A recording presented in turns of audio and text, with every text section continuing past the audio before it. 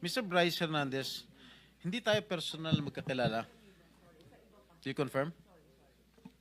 Yes, Your Honor. Ni minsan ay hindi po ako tumawag sa iyo, nag-text message sa iyo, nag-message. Tama ba? Yes, Your Honor. Sinabi mo sa testimony mo sa house na binigay mo ang pera kay D.E. Henry Alcantara at siya ang nagsabi sa iyo na bibigyan daw niya ako. Is this correct? Wala pong specific na sinabing ganon, Your Honor. Pagkatapos mo ko dinurog sa house ngayon, wala ka specific na sinabi. Yung dito po Hindi. kay... Pakinggan mo muna ang tanong ko, Mr. Bryce, ha?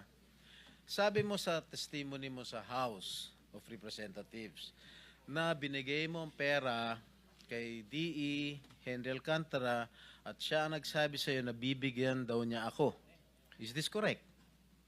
Tungkol po dun sa 2025 projects, opo. Okay. Hindi po dun sa 2022. Mr. Bryce, you mentioned the name or names of Senator Estrada and Senator Villanueva. Kasi Senator Estrada twice on two occasions sa House.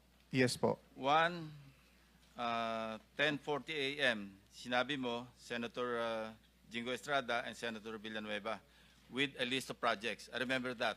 Yes po. And then, on another occasion, 12:50 p.m., yun na yung pinakita mo yung screenshots na walang kahulugan sa ngayon, lumalabas. Yung kay WJ, kay D. Alcantara, tapos nilink mo kay si Beng Ramos, nilink mo kay Senator. Cleared na yon. Yes. Cleared na yon. Actually, regarding po doon, Your Honor, meron po akong follow-up na Sige. text message po na nag-confirm na nagdala po it's either Ma'am Beng or Ma'am Mina sa office. Dinala po doon sa administrative officer namin noong time na yon. Meron po akong text message na yun. Galing po sa Chief of Staff ni Boss Henry Alcantara. Hindi namin makita sa GAA yung mga enumeration mo o yung enumerated list of projects.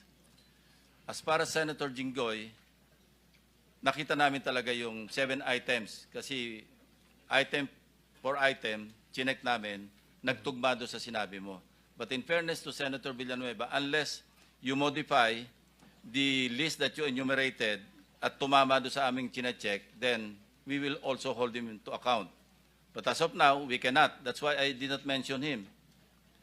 Yung 600 mo, mali eh. Mali yung description mo. At wala. Wala kami makita.